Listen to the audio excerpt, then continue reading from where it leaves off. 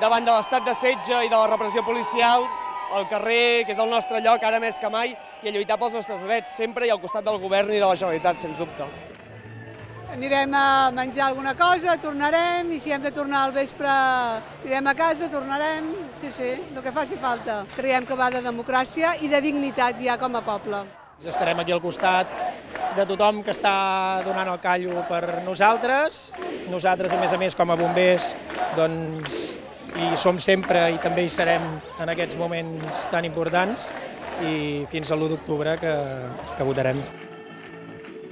Avui tenim 14 persones que estan empresonades a l'espera que el jutge decideixi si continuen detingudes o surten en llibertat simplement per les seves idees.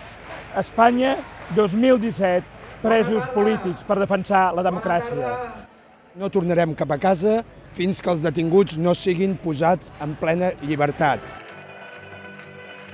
El president Rajoy ha creuat aquesta setmana moltes línies vermelles com perquè haguem de contemplar-ho amb indolència. S'han detingut membres del govern, s'han registrat domicilis particulars i conselleries, s'han clausurat pàgines web, s'ha impedit l'enviament de revistes i s'ha suspès, de fet, l'autonomia bloquejant il·legalment els comptes bancaris de la Generalitat. El dia 1 d'octubre es farà el referèndum d'autodeterminació que tenim convocat.